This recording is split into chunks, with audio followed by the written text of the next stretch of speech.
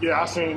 He's a strong guy. I was really looking the first couple runs to see if he's going to come back to the huddle winded, but he didn't. And so yeah, man, he's a dynamic playmaker.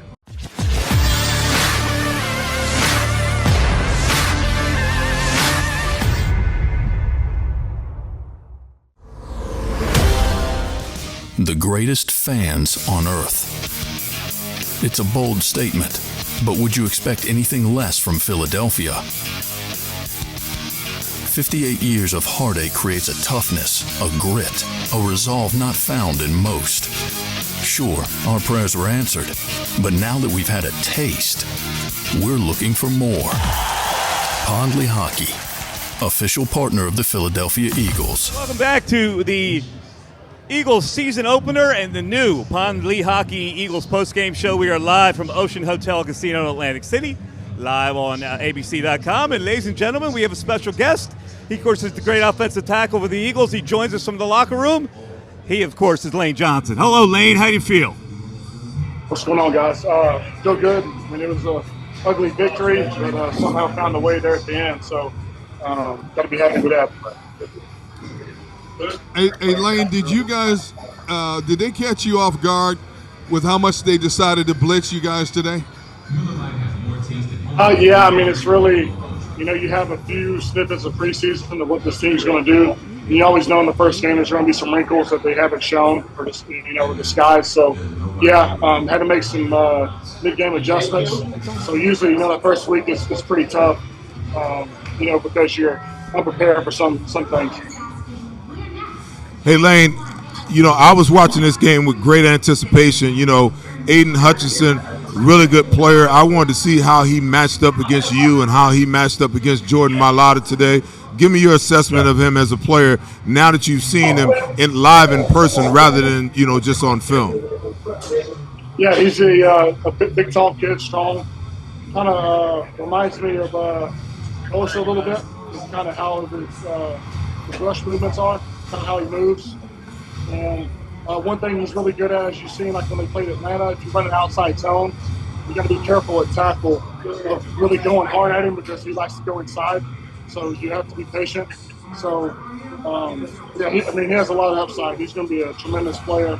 I'll say that about him. He's going to be a great player.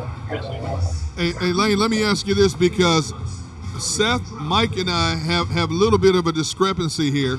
Seth said it's okay for the quarterback to run 17 times because that's part of his DNA. Mike and I say we don't want our quarterback running 17 times and constantly being your leading rusher because that puts him in harm's way, especially when he took that headshot in the second half. Yeah. What say you, sir?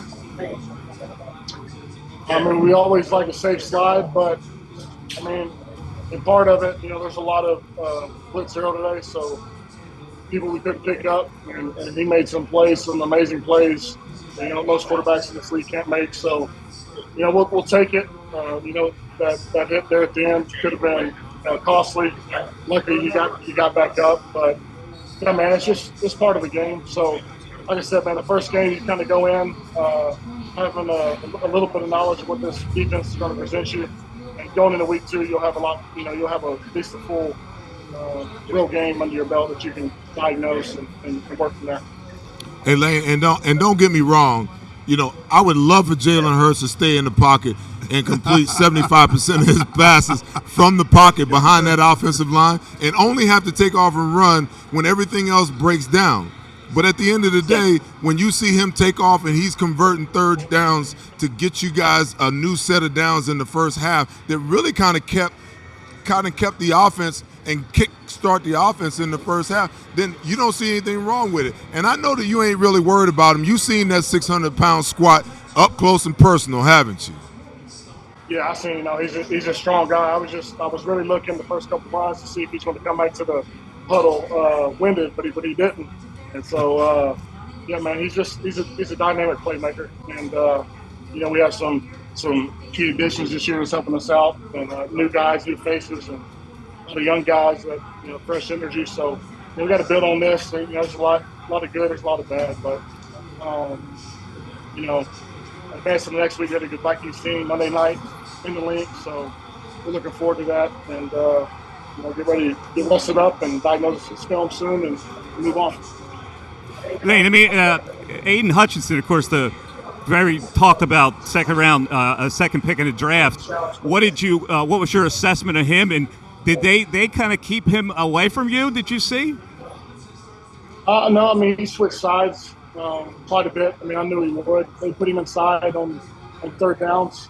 And, really, when you have a player like that, they're going to move him around. They're going to try to find a weak link on the line and pick him apart. But yeah, man, he's got a lot of potential. Very, very tall, very twitchy, and yeah, man, I think he's going to be well on his way. Hey, Lane, you get a chance to practice with A.J. Brown every day in practice. This guy had 10 catches, well over 100 yards.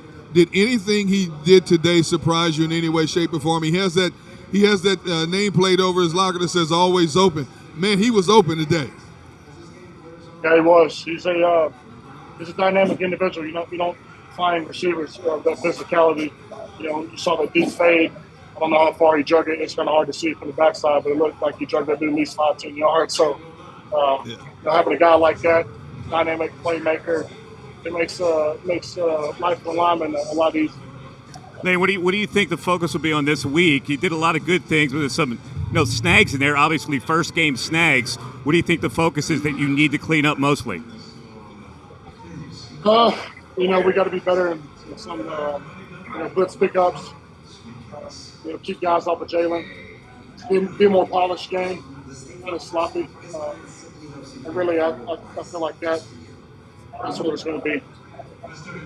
Elaine, last question from me, man. I'm looking at the stat line here, and you guys ran the ball 32. Well, Jalen threw it 32 times, and you guys actually ran it 39 times. For 216 yards.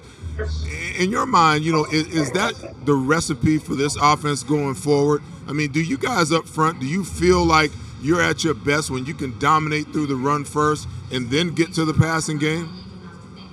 Well, I'll tell you what, dropping back for a pass like the Wolves are coming to you, and now I get to tee off on somebody. So I get to bring the pain. So, but yeah, man, you look back at last year, I feel like it was actually this game here, Detroit, where we kind of made a new identity with, run game, play action. But, there's going to be times where you play teams that are going to box you in, they're going to force you to throw the football. So you have to be adaptable. But, I'm never complaining when we run the ball well. I love to see those guys score and get the touchdowns. And at the end of the day, man, it's a good day. Hey, Lane, I know how much pride you take in holding down that right side. And when we had you on a Sports Take a while back, you were talking about how much pride you have in being one of the best at your position. You were rated as not giving up a QB sack in all of 2021. What is your individual goal going against this season? Because you're going to play against some pretty good edge rushers along the way. I don't know, Dion. I guess just go out there and do my best. It's fun going against the big-time players. It's always a privilege. I feel like they always want the best out of me. And, usually when you go against really good guys, you have that respect. And like I said, man, they'll bring the best out of you. So I just want to, when my career's done, I can say I look back and I have no regrets. I feel like I just want to keep ascending. I feel like I'm a stronger player now than what I used to be. Whatever I may have lost in quickness, I may have made up a strength. I still try to be quick. So, yeah, I'll say that, man. All right. That's good, Lane. Listen, thanks for joining us. We appreciate it. We'll see you every week right here on the Postgame Show. So get in there and relax. Have a good trip home. We'll talk to you. Safe travel, bro. Thank you. All right, that's Lane Johnson live from the locker room, Ford Field, as the Eagles win a game that was a little closer than we all thought it would be once things rung up. So time for a break, and we'll come back. And Devin Caney bringing us into another debate where we may fight. We actually may fight right here. You may fight. I got a bad left shoulder. Come on, I need you. I need a good fight. I haven't hit anybody in about 25 years. Don't look at me when you say that. See, that's why they put me in the middle to keep these two apart. Well, I'm not getting paid enough for this. We need a tag team here. Anyway, we're live from Ocean Hotel Casino, Atlantic City. It's the new Pond Lehocky Eagles postgame show. We're back after this. Philadelphia fans were cut from a different cloth. Born into a brotherhood and bonded to our team for life. We believe anything is possible because we've witnessed the impossible. While we may be from different neighborhoods, come Sunday, we are one, and we will be heard. Pond Lehocky, official partner of the Philadelphia Eagles.